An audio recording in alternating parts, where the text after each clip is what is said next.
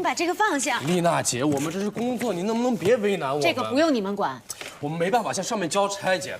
你看，这是在干什么？投票结束，他们就上来了。我们要搬到下面去。赵旭要和你换办公室。出去，罗老师，滚出去！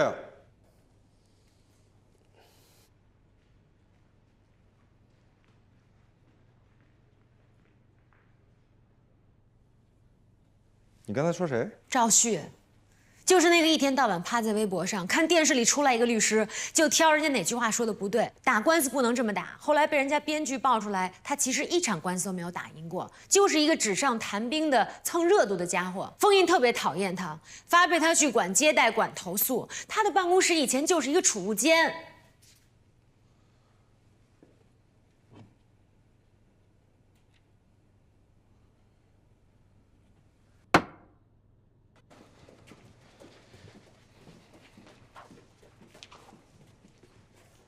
你跟我说的前嫌尽弃，就是把我发配到权力所最小的办公室去吗？这些小事你也要计较吗？是金子在哪都发光。你不计较，我可以跟你换办公室。您是金子，埋到沙堆里都不怕。赵旭对我一直忠心耿耿。你混淆了忠心耿耿和拍马屁，好吗？古代有一位君王，想要千里马，他的跟班花重金替他买了千里马的骨头。君王大怒，他的跟班说：“如果让大家知道，你连死了的千里马都肯千金买骨，那么活着的千里马，你肯定更愿意出高价了。我对赵旭好，就是要让大家知道，我是一个重视忠诚的人。如果你也肯愿意证明你对我的忠诚，看来我们对忠心耿耿的理解不一致。您说的忠心耿耿叫愚忠，而且你讲的故事，出自《战国策·燕策》，是燕昭王千金买骨，但最后统一六国的是秦国。你是在委婉地告诉我，谁笑到最后，谁笑得最好？不，我只是想温馨提示一下：小人得志，莫张狂。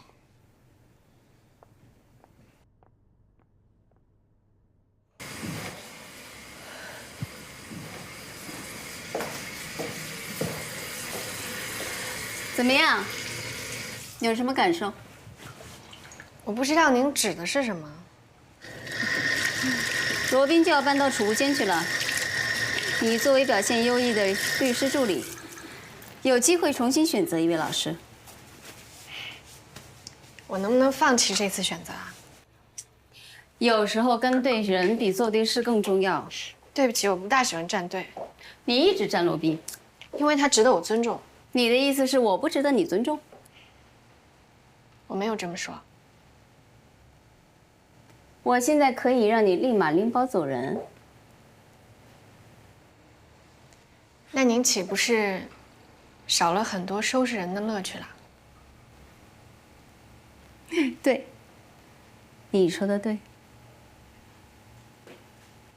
只是一个助理的位置，也许你并没有那么在意，也许你心里早就想走了，但是等着我炒掉你，好索要一笔赔偿金，对吗？我会好好栽培你的。啊，你让我看到了年轻时候的我自己，跟我一样桀骜不驯，所以我才会有今天。我喜欢你。顺便跟你说一句，以后我们律所所有的律师助理都要优先服从我们律所的管理。换句话说，罗宾不再对你有优先使用权了。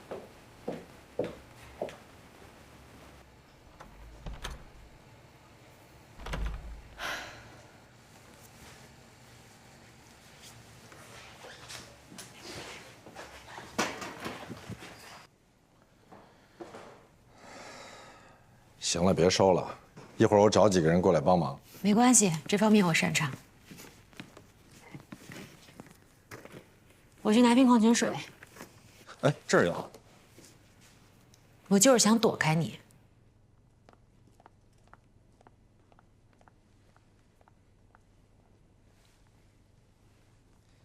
我不是来看笑话的。滚！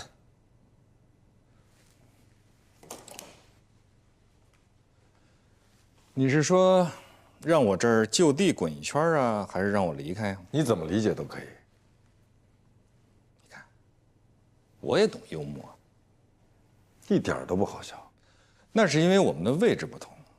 之前你拿我来展现你的幽默感的时候，我也觉得一点都不好笑。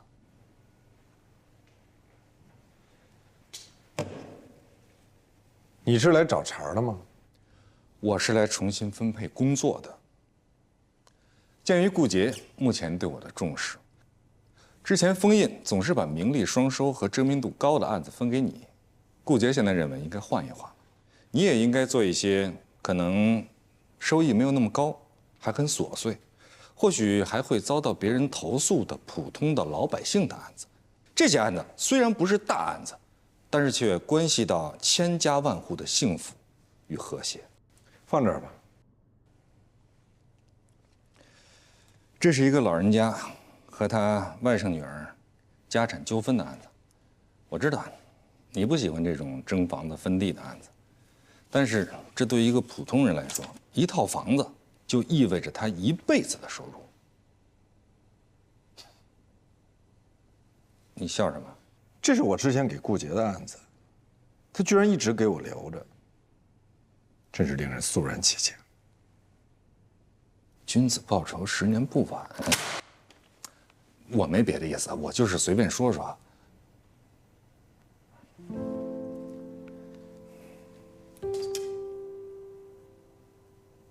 祝你一切都好，从头再来啊！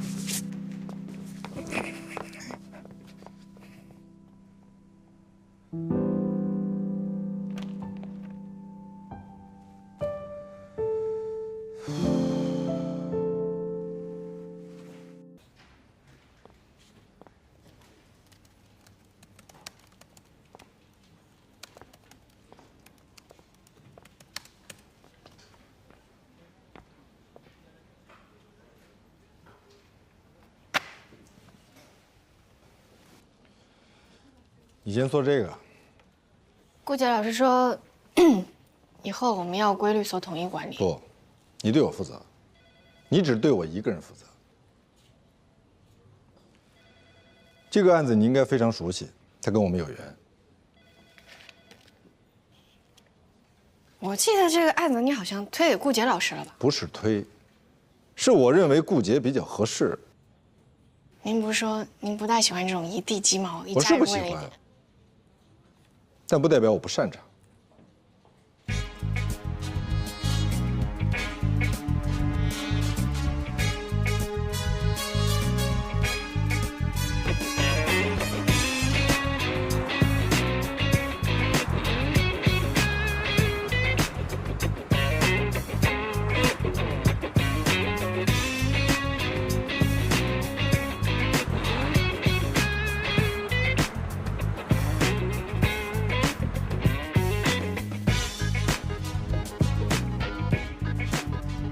哎，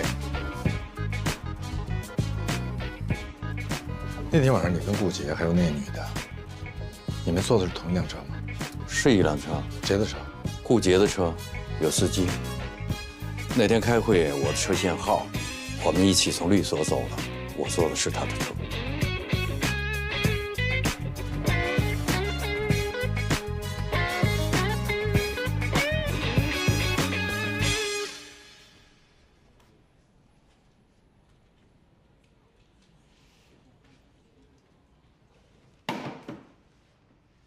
你不用搬到下边去啊。坐到你办公室外面去吗？我现在也是高级合伙人了。我不是一个攀高枝的人。良禽择木而栖，热不息恶木之音。我不是恶木。你的良心就不会受到谴责吗？我不能确定，封印他到底有没有做有损律所声誉的事儿。那你为什么就不能等你确定以后，你再去做那些？有些事情根本就弄不清楚。丽娜，真的，真相有的时候很难让人知道。这是件悲哀的事儿，所以你就错杀1千。封印他本人他也有错，他并不是无辜的。如果他洁身自好，他就不应该去。那如果要是有人陷害他，给他酒水里放东西了呢？那就应该把这个人揪出来，送到公安局去。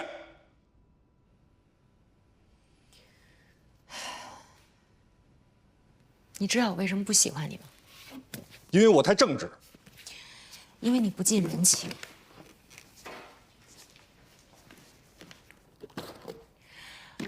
如果有人半夜出门被贼抢了，你就会说：“你为什么半夜出门？你半夜出门就是不对。”如果有人报警说自己被偷了，你就会说：“你怎么能让贼跑了呢？你怎么不能把小偷抓住呢？”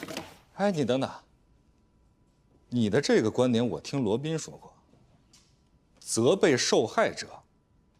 啊，你是说你们是受害者，我是加害者是吗？不然呢？哎，为什么我赢了他输了，我就是加害者，他就是受害者；他赢了我输了，他就是胜利者，我就是失败者？什么意思啊？人心向背听说过吧？人心向着的，赢了就是胜利者，输了就是受害者。我明白了，你的心是向着罗宾的。我以前以为你以前以为我是一个攀高枝的人，对吧？谁赢了我就向着谁。你不是这样的人。我不是，你看错人了。不，我没看错你，你的确不是这样的人。我说的是一个肯定句，不是一个疑问句。你不是这样的一个人。你看错我了，我不是这样的人。我知道你不是，那我们为什么不能在一起工作呢？道不同不相为谋。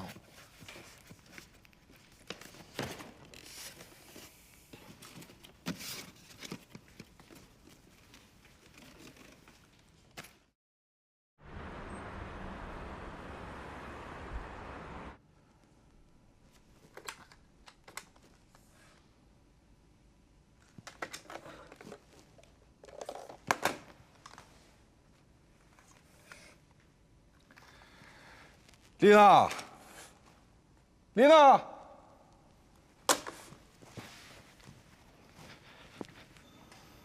丽娜，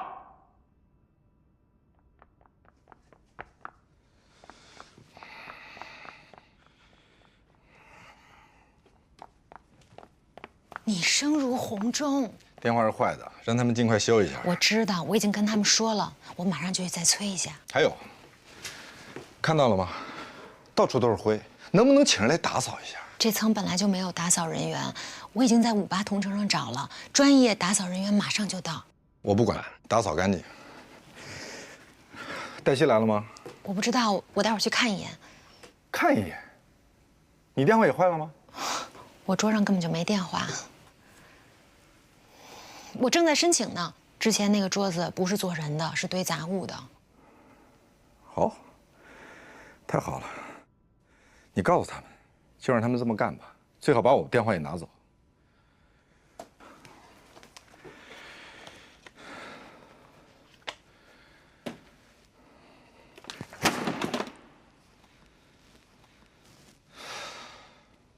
这套房子是我父亲单位分的，跟我这外甥女儿这一家子没有任何关系。我父母在世的时候，一直是我跟我媳妇儿照顾着。老头老太太也多次说过，这套房子就是我们的。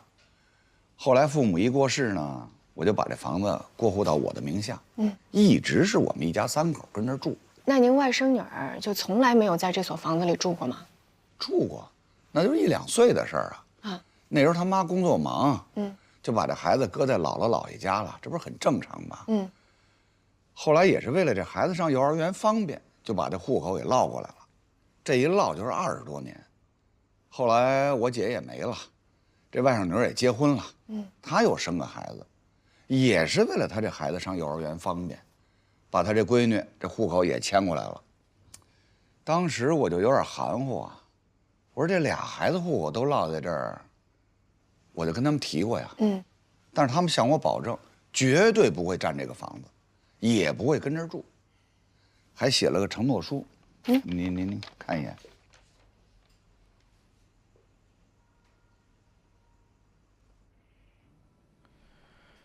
这份承诺书写的不够清楚。是，所以他外甥女一听说老房子要被征收，立刻就把于先生一家告上了法庭，说自己是同住人，要求分割征收补偿利益。需要补强证据。知道他外甥女儿和他外甥女的女儿住在哪儿吗？他们之前有福利分房吗？我问于先生了，他说他不知道，因为他们好多年都没联系了。要不是这次收到了法院的传票，他压根儿都已经忘了这茬。因为外甥女的母亲，也就是他的姐姐，我知道他外甥女儿的母亲就是于先生的姐姐。于先生的姐姐去世之后呢，他跟外甥女一家也就没有联系了，所以不知道他们的任何情况，包括他们住哪儿都不知道。如果实在找不到，那就申请法院依职权调查。忙着呢。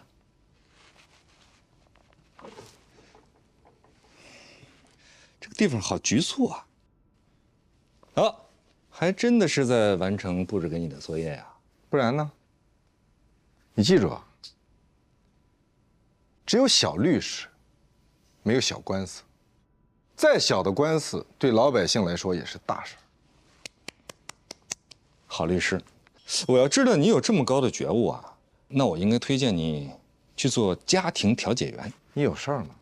你是来看热闹的吗？我是来检查作业的，啊，我要跟进度，你呢要随时向我汇报，以便于我了解掌握情况。哎，加油，加油，加油！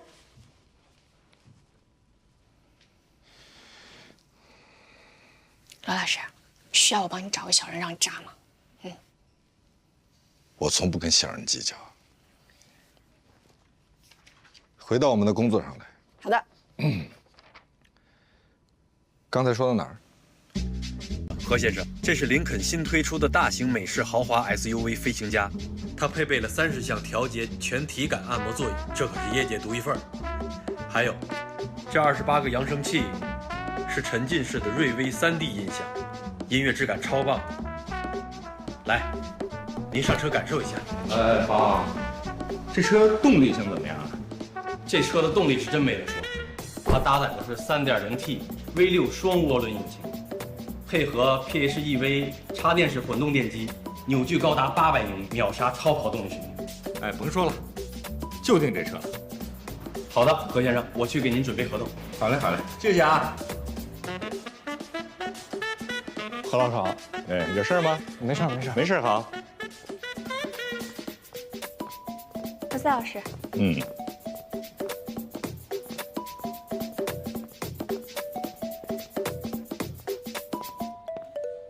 顾主任，你找我有事儿？为什么黛西的入职登记表上只填了姓名、性别、婚否、出生年月？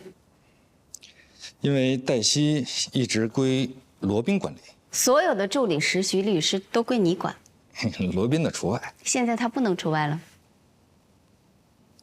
对呀，他现在不能除外了，我现在就去找他。为什么不是他来找你？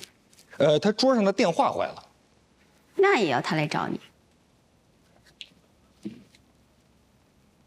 你现在是高级合伙人，所有事都得按照规章制度，不能像以前那样。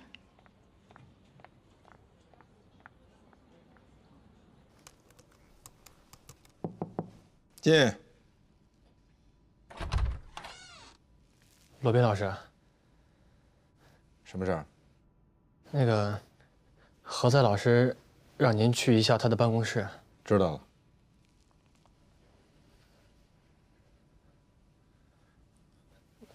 何在老师说，让您现在就去。你告诉他我现在有事儿。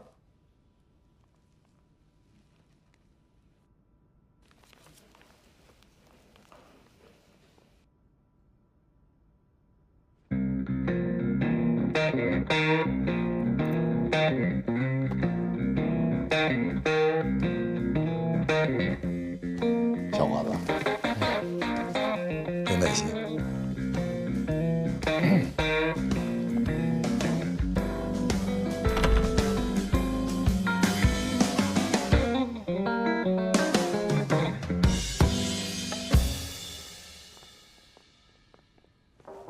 进。何在老师，罗宾律师到了。你去吧。啊。什么事儿？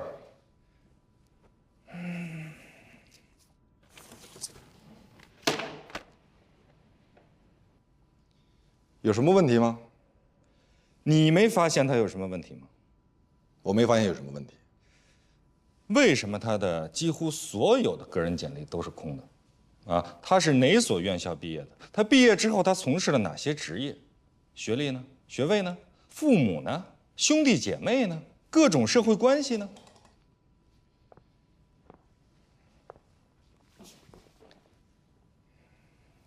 我不能告诉你。为什么？我怕负不起责任。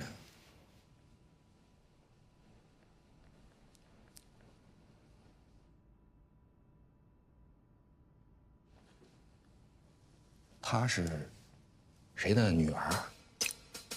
还是她是谁的女朋友？还是……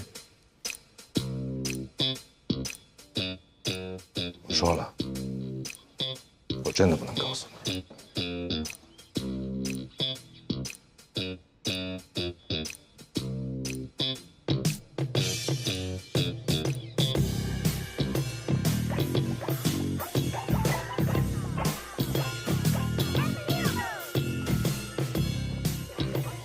老李，嗯，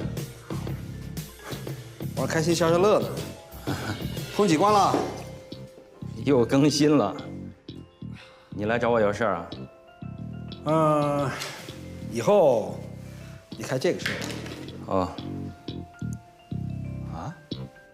你们顾杰当老大了，所以给你换辆车。哦。那什么，你把以前的车钥匙给我吧。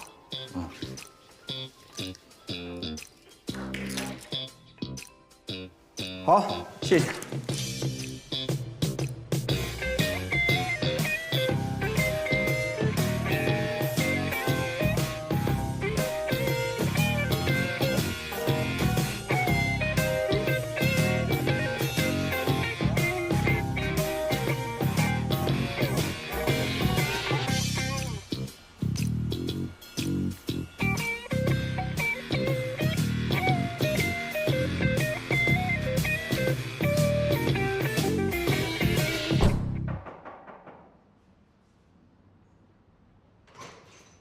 哎，你好，找谁？您好，您好，不好意思打扰了，我是全景律师事务所的律师助理。这是我的名片，我们想要跟您了解一些情况。我们家没出事吧？没有。啊，我们就是想要问一下，您的邻居于先生，他家里是几口人住啊？老于家？对，您跟他应该是20多年的老邻居了吧？哎，说。开始他和他父母他们家一家3口住。后来父母过世了，一家3口住。就他们一家3口。对，一家3口住。那这期间有没有别的人住他们家呢？没有。哎呀，哇，这说每天上下我都知道。太好了。还有一件事，待会儿能不能请您帮我写个书面的证明啊？书面，没问题。哎呀，太好了！做什么用啊？不好意思，我先接个电话，我一会儿跟您说。你忙。喂。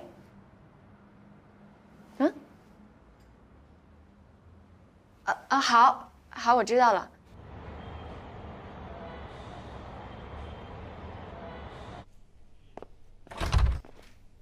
罗大师，晚上好。进来。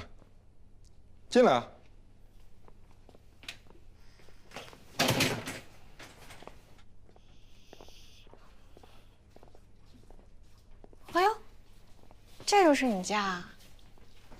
你从现在开始可以录音，以防我万一骚扰你，你缺乏证据。你也可以准备一下摄像头，万一被我讹诈的话，还能说得清楚。谢谢。我之所以叫你来我家，我知道，是因为办公室太小了，是人太多了。这是什么？顾杰行车记录仪里的东西。这个不违法吗？你法治观念可真强。也是，您为了除掉他，才不管是不是犯法。是他为了除掉我，才不在意犯不犯法。不管他犯不犯法，我们都不应该把人家行车记录仪里的车是律所买的，配给他的。他现在是新的执行合伙人，所以我把我的车跟他换了，这不违法。而且行车记录仪也是律所的财产。对啊，有一件事情我一直想知道，为什么您的车会比他的车好啊？他可是律所的老人，而且还是创始合伙人。就因为他是创始合伙人，所以他的车买在先，所以是旧款。我是后买的，是新款，这有什么问题吗？嗯。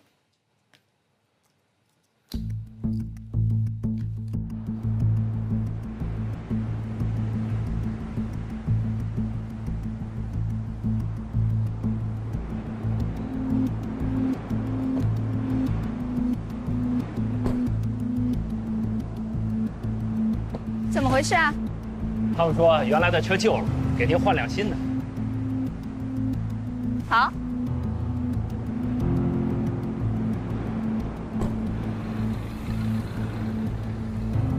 根据 GPS 的行车轨迹来看，顾杰的车从会场离开之后，去了中海花园。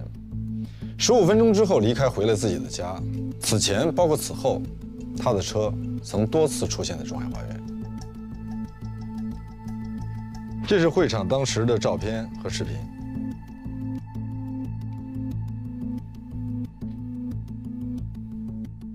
有没有他们离开会场上车以后的视频？恰巧没有，全是会场的视频。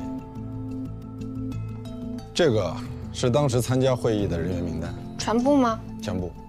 被邀请的嘉宾、工作人员以及志愿者。您可以确定那天在会场所有的人都在这张名单上吗？有没有可能，比如说，有人他临时带了一个朋友过来？我认为我们需要找的人就在这张名单上。为什么？直觉。您是想要我找到这个人？您认为这个人他住在中海花园，而且跟顾杰原本就认识？没错。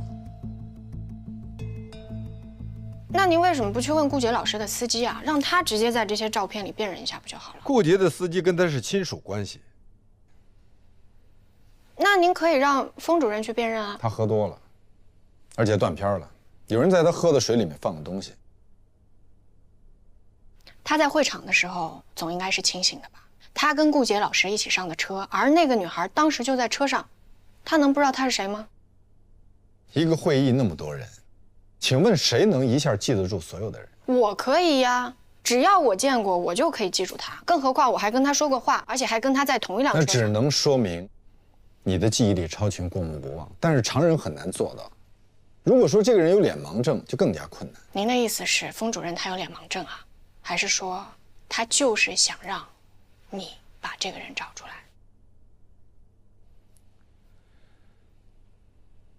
你是想说，找到这个女孩，我是受了封印的指使吗？那请问，封印为什么要指使我这么做呢？我知道，您和封主任跟顾杰老师有些矛盾，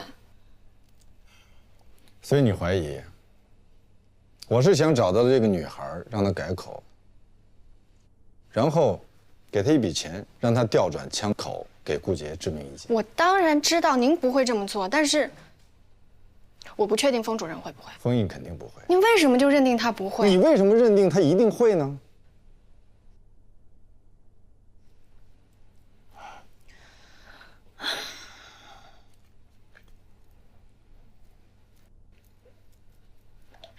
在我做交换生的时候，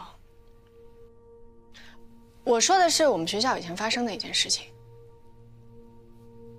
我们学校有个老师，他骚扰了一个女学生。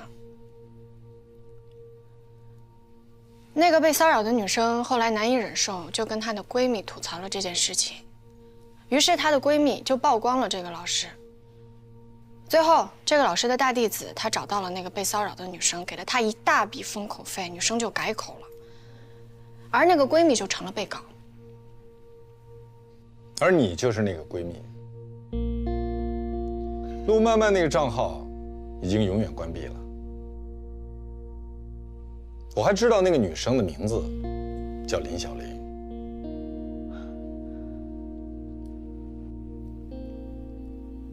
您什么时候知道的？我早就知道，那你为什么不说？跟谁说？我是说，您知道了，您为什么不跟我说您知道？你这是倒打一耙。难道你忘了你当初在我办公室是怎么跟我说的了吗？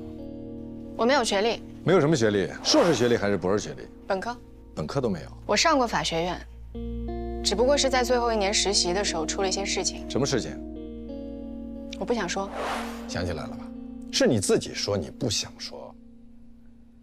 是我说的，我不想说。是啊，你自己说你不想说，难道我还要追着你问？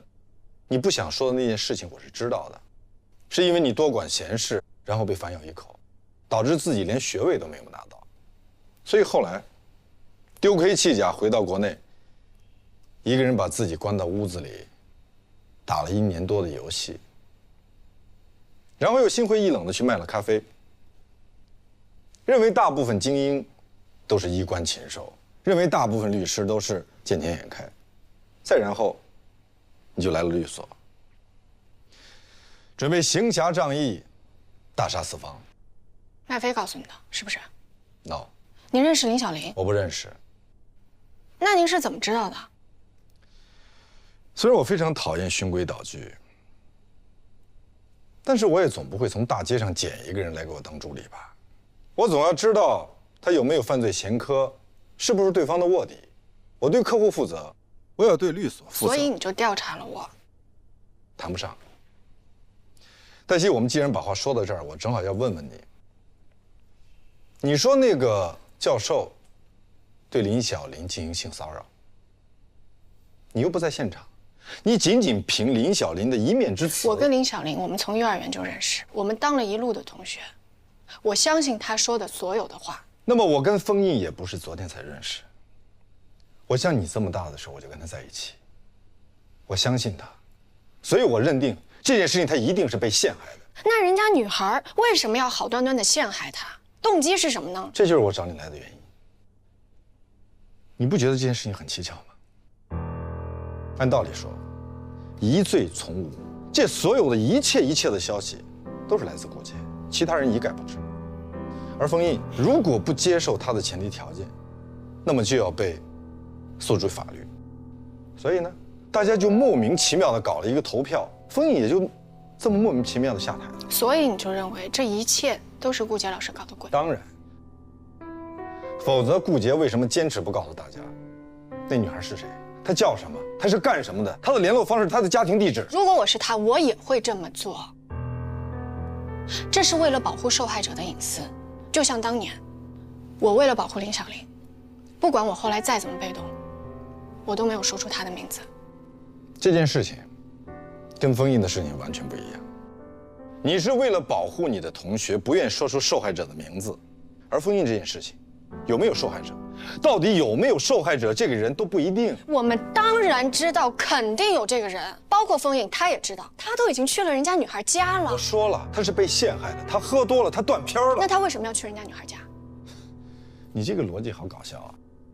比如说现在，这是我家，你在我家里，如果说我在你喝的水里下了东西，难道说不管发生了什么，最终的结果都由你自己来承担吗？行了，您别说了，我知道无论怎么说，您都会说是顾杰把封印给拉过去的，因为顾杰他就是封印下课这件事情的发起者和获利者。没错，所以我必须找到这个人。如果这个人存在的话，如果你找到了这个女生，那个女生跟你说封印确实做了，你怎么办？那就请给我证据。如果她拿不出证据呢？那就是诬陷。这种事情本来就很难拿出证据的。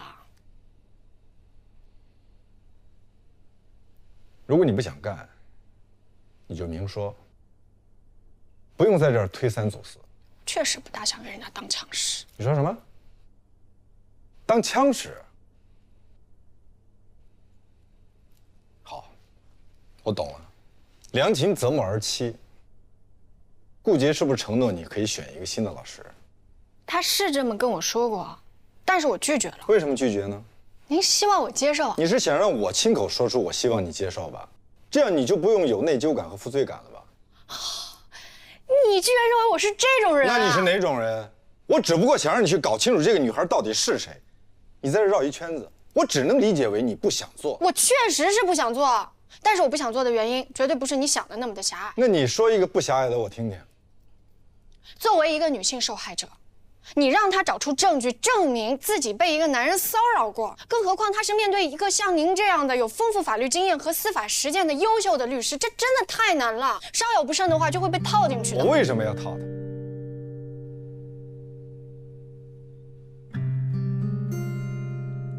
你给我出去！别生气，我一点都没生气。我这是在跟您探讨啊。不需要探讨，我自己可以解决。时间不早了，出去。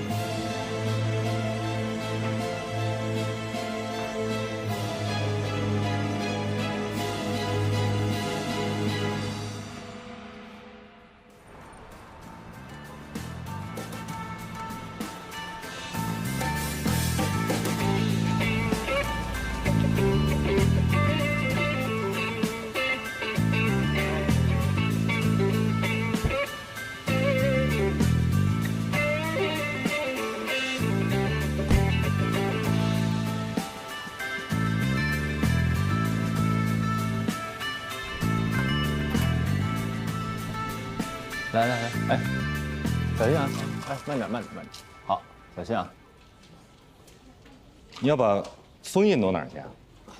都不是主任了，就摘下来呗。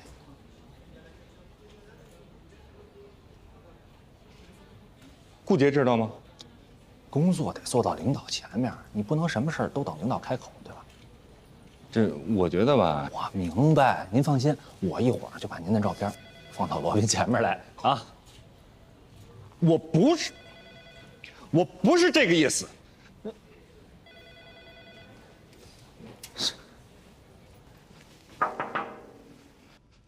赵旭把封印的照片给摘了。封印也摘过其他人的照片。不，封印当时摘廖佳敏的照片，是因为廖佳敏她走了，可是封印现在并没有走人，他起码名义上还是我们所的顾问呢。所以他还占着本所最大的办公室。我以为赵旭他没有经过你的同意就……这种小事我一般不太会管。罗宾怎么样？问了没有？问了。黛西确实有背景。什么背景？应该还挺深的。罗宾说他不能泄露。胡扯！你去查，我还不信了。我认识罗宾20年了，他桀骜不驯，独来独往，谁的账也不买。可是对于黛西，说句实话，如果黛西没有什么背景的话，罗宾一个什么人都不忍的人，为什么要忍她呢？而且这姑娘刚刚到我们律所的时候，就得罪了最大的客户，当时把封印气个半死也没辙。我估计封印应该也知道她的背景。我说他怎么敢那么对我说话呢？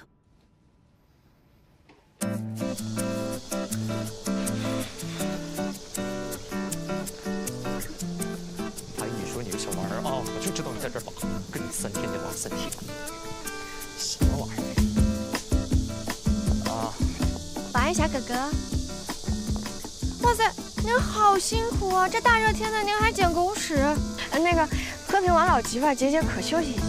啊，您好，您不用客气，有啥事可以直说。是这样的，前2天呢，我们开车来咱们小区，不小心丢了东西，那东西特别的重要，所以我想拜托您，能不能带我去看一下监控啊？你把车停哪儿了呀？停哪儿我倒是忘了，但是我可以告诉你是哪天，然后大概是几点。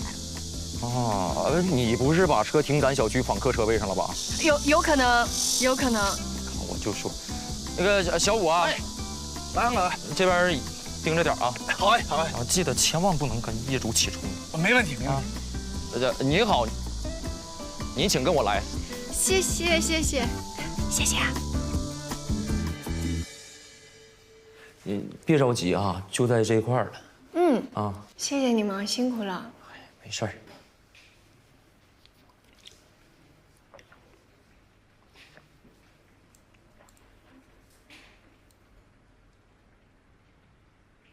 哎，就这个，对不起，不好意思，就这个。慢点。他住哪儿啊？他住318吧？他叫什么名字啊？他叫什么我不知道，得给你查。但是我知道他在318，他家老有快递。你是不知道，怎么你不认识他呀？我认识后面2个，我们再往后看看，我们看看他们怎么出来的，好吗？哎，你怎么还要看人怎么出来的？丢的啥呀？戒指啊！我看我那朋友，他进去的时候手上明明戴着戒指的，我想看看他出来的时候有没有戴。我们往后看看。丢的戒指。你是怀疑这个男的把戒指丢在了这个女的家里？哎，对，我就是这么想的。哎呀，你这个……哎，我实话跟你们说了吧，我知道瞒不住。事情是这样的，我妈认识一男的，就是你们看到视频里的那个，我怀疑他有家室，所以我就想替我妈把关。我特别担心他会被人给骗了。所以让我往后看看好不好？等会儿，你说你妈认识一男的？是，我没有父亲，在我很小的时候，我爸爸就已经去世了，我就只有妈妈带着我，所以我跟我妈的感情特别好。你们不知道，我妈她特别纯洁。其实我也不反对她梅开2度吧，但是我总要帮她把关，我得看看这个男的是不是有家室，是不是可以给她安稳的后半辈子，是不是？所以我求求你们了，让我往后看看吧，好不好？我真的很担心我妈妈被人给骗了，好吗？看。谢谢。现在啊，这个世道也乱，骗子多，你回去也跟你妈妈说，让她多注意啊。好。您好，您什么事儿啊？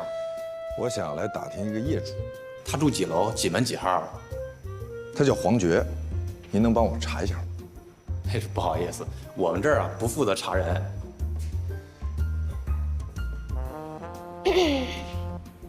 王经理，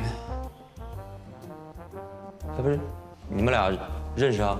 他是我哥。你哥？不同父不同母的。啊？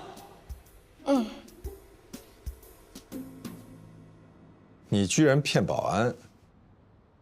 不然他为什么让我查监控？他叫黄觉。您怎么知道他叫黄觉？名单上有这个名字。名单上的名字多了。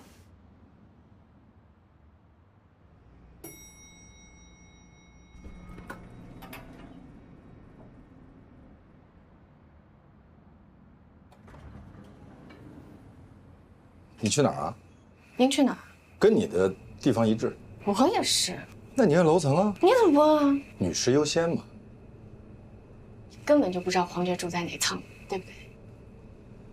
我可以去找保安，让他调监控。行啊，但我也会去跟保安小哥哥说，哥哥你精神不是很好，容易控制不住自己，所以千万不能让你看监控，而且不能让你随便进小区、进楼道。那我也可以把她的照片发到网上，就说这是我偶然邂逅的一个女孩，我一直对她念念不忘，这是我的真爱人，我让广大网友帮我找到她。我可以去找保安，让他调监控。行啊，但我也会去跟保安小哥哥说，哥哥你精神不是很好，容易控制不住自己，所以千万不能让你看监控，而且不能让你随便进小区、进楼道。那我也可以把她的照片发到网上，就说这是我偶然邂逅的一个女孩，我一直对她念念不忘，这是我的真爱人，我让广大网友帮我找到她。行，我可以带你去找她，但是你得发誓，千万不能跟封印说出任何关于她的信息，特别是她的住址。为什么？我怕封印会找人去骚扰她。你就不怕我亲自骚扰她？你没那么无耻。谢谢夸奖。这不是夸奖。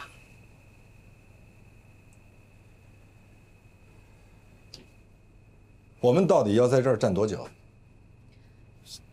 你还得答应我一件事儿，无论什么时候你去找他，我都必须在现场。同意。你一定不能把我排除在外。你到底摁不摁电梯？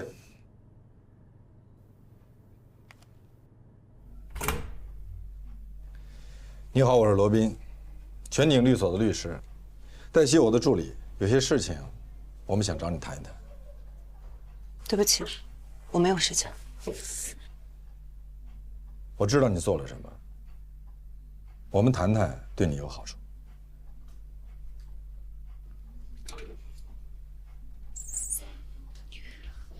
谈吧。为了确保你我的利益，我们这次谈话需要录音。你也可以录。我那有，随时录。那你一定录了公益之星那天晚上所有发生在这间屋子里的事情吧？我只给你们5分钟的时间。你把那个监控视频复制一份给我们，用不了5分钟。这涉及到个人隐私。你涉嫌诬陷。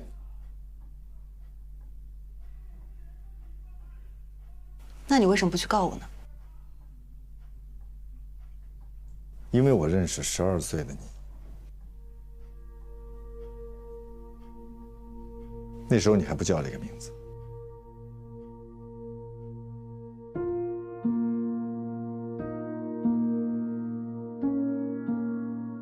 这些我想你应该都还记得吧？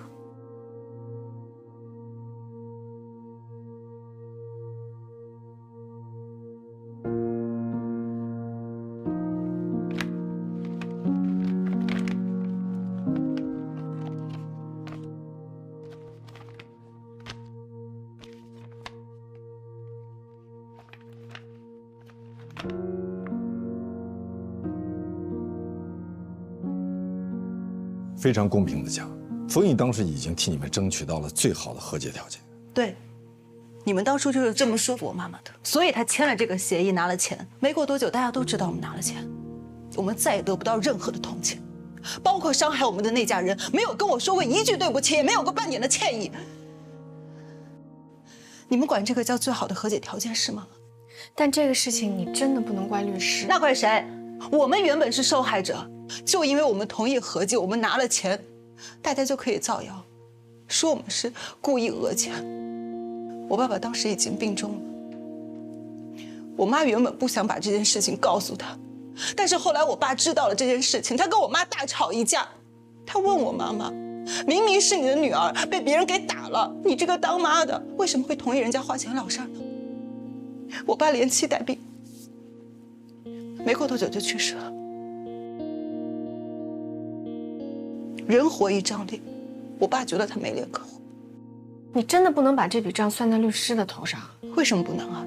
他们是律师，你出于对他们的信任和尊重，你签了字，为什么不能呢？后来我们尽量弥补了。你们的补偿就是建议我换一个名字，建议我们搬家，我们把房子卖了，但我还是被人认出来了。对，你改成了叫黄觉。当时是封印让我陪你妈妈到派出所一起协助的，但后来你去留学，你需要一笔很大的保证金。那是我母亲找人借的。不，是封印让我打给他的。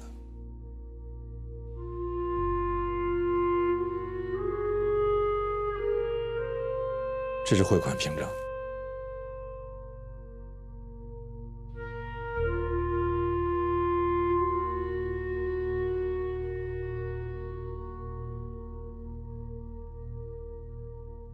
如果你不相信的话，你可以去问你母亲。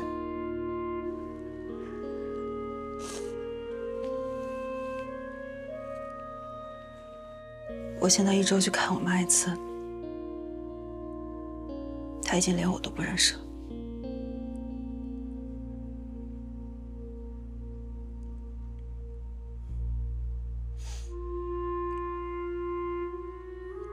对不起。那我现在想请问，你知道了这一切，你可以还封印的清白吗？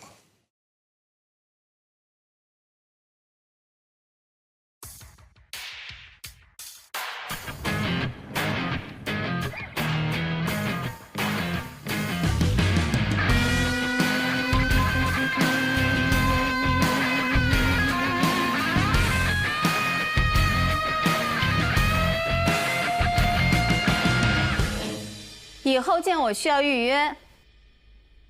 我刚从黄觉那儿回来，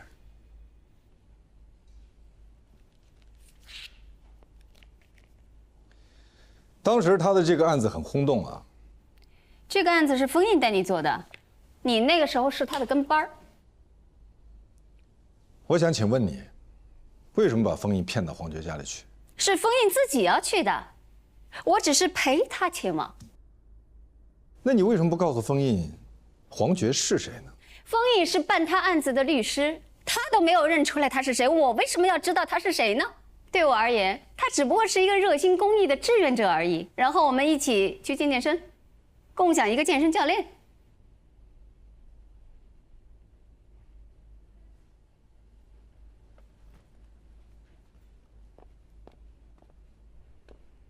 我母亲大部分时间都是糊涂的。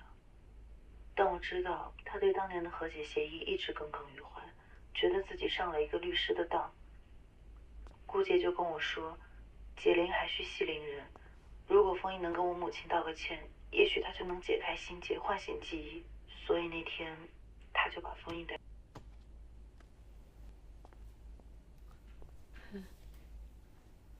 我可以理解为，你们收买了那姑娘，或者威胁了她。不可能。我和罗宾老师是一起去的，我们全程都录了音，绝对不存在任何的收买还有威胁。那我也可以解释为你们在录音之前就已经完成了收买和威胁。我们没有，空口无凭。你说没有，我说有。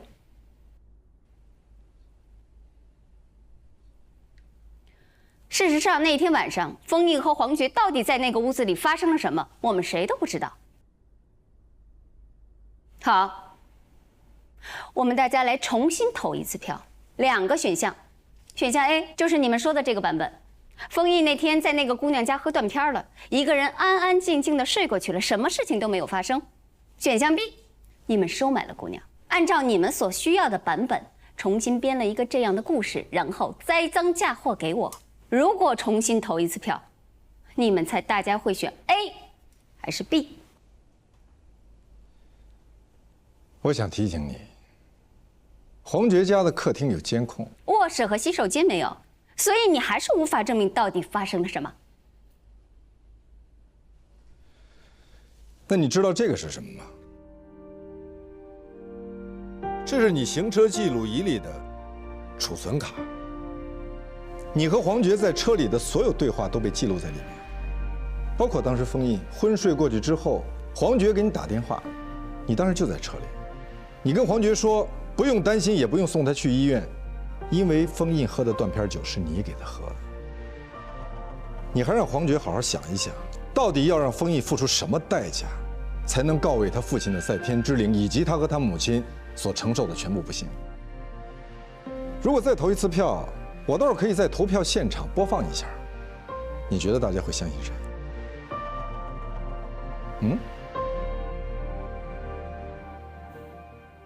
你真卑鄙，是你换了车。人为了达到正义的目的，尤其是当遭遇的对手比较没底线的时候，不得不做这么一两件看起来不太高尚的事情。这是你在做实习生的时候我教给你。没错，所以谢谢，我一直铭记在心。现在我也给你2个选项：一，因为你的身体原因回家休息；二，你也可以仍然待在这个律所，但是你的这间办公室要换一下。你还真是睚眦必报。我还没说完，不管哪个选项，你都必须要跟大家说清楚，这件事情是你弄错了，没面子。我也可以给你提供一个比较体面的版本，比如说，你就说你接到了一个匿名的投诉电话，然后你就当真了，可是没想到这居然是一个愚人节笑话。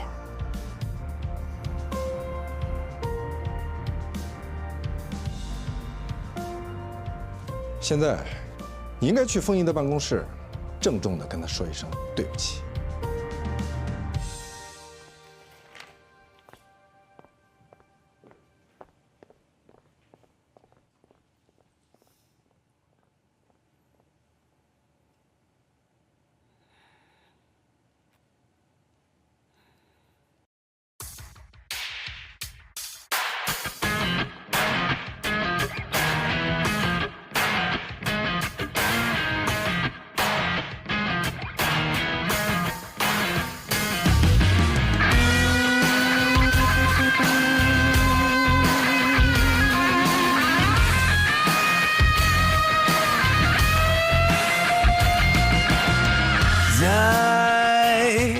叫做一场没有终点的梦，又能怎样？硝烟从未散场，又怎样？突然百孔千疮。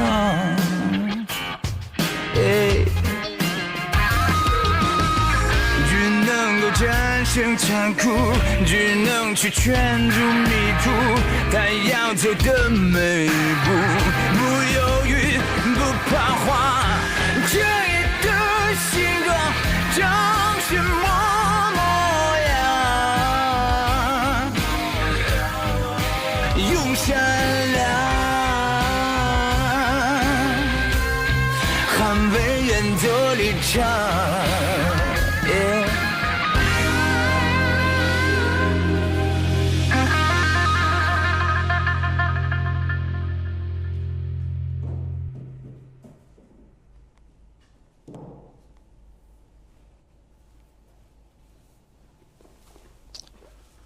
其实你可以不走，搬到楼下储物间。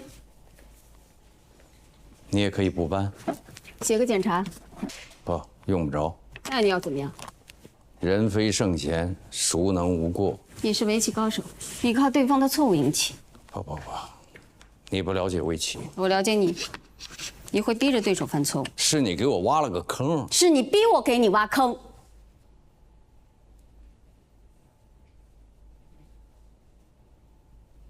是我跟你共同创建的全景律所，你不善交际，不爱应酬，你不敢自己开律所，是我说服你。我跟你说，我最大的优势就是交际。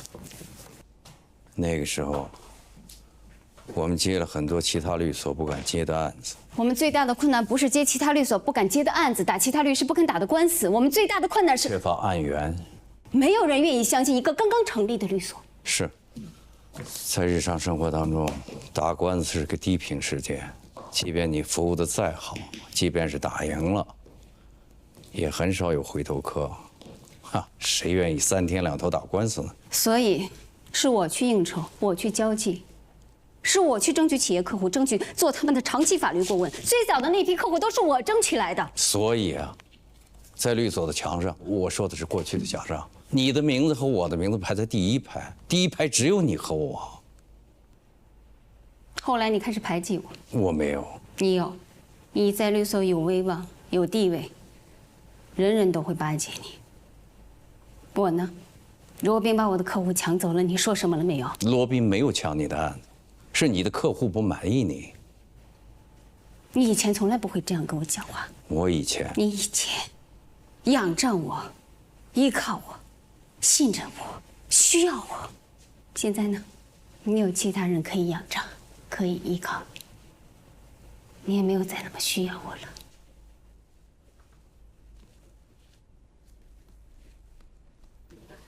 我很后悔，我把我最美好的青春，我最好的时光全部贡献给了全景。现在全景人丁兴旺，兵强马壮，我也没有什么再可以给他的了。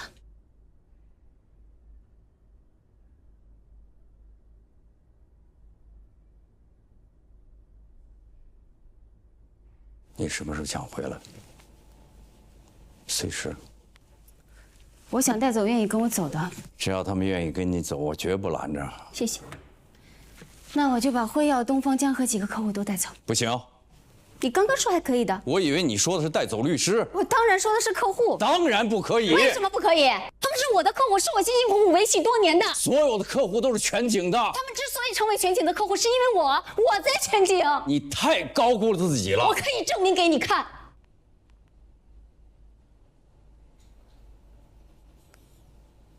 我还是那句话，你什么时候想回来，我依然欢迎。罗老师，有件事情我一直不大明白啊。16G 的行车记录仪最多也就记录100个小时，就算是64G 的，也就最多是400个小时。所以呢？您说顾杰老师的行车记录仪记录了他和黄觉所有的对话，是不可能的。那您当时？我赌他不知道。那他万一知道呢？不存在这个万一。为什么？因为他是顾杰。你的意思是他蠢？不，我是说他没那么坏。什么意思？不够坏的人做了坏事儿会心虚，因为他知道自己做了坏事儿，所以只要你跟他说行车记录仪记录了他在车里的一举一动、一言一行，他的脑子马上就会去扫描自己在车里说过的每一句错话，根本没有内存来反映正常的行车记录仪到底能记录多长时间的内容。哦，对哦，是啊是啊。你那个外甥女告舅舅的案子进行的怎么样了？我找过王立川好几次，他都不搭理我。不搭理你不是你见不到对方的理由。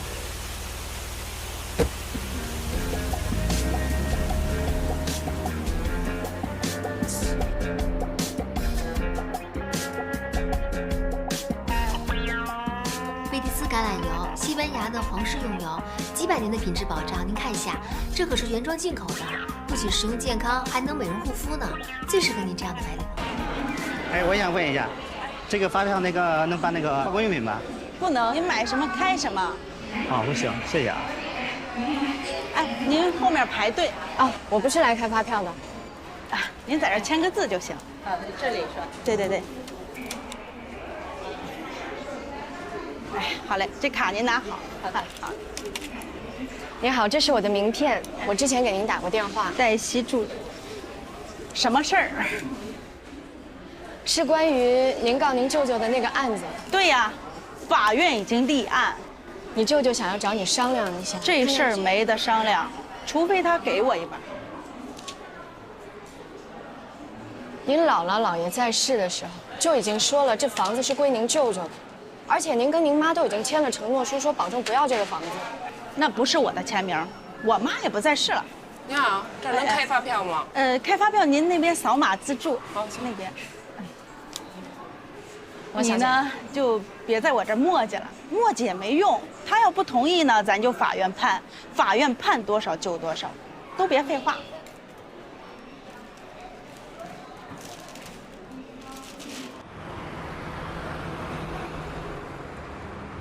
妈，喝水吗？你怎么叫我妈？我不是你妈。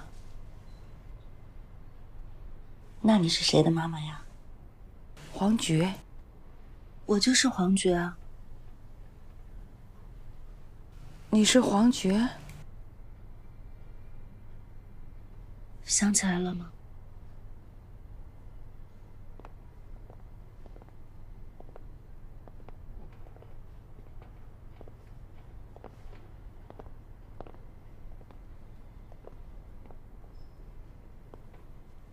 妈，您还记得他们吗？记得。他们是律师。你们来干什么？大姐啊，我们今天来是向您道歉的。我们当年考虑的的确不周全。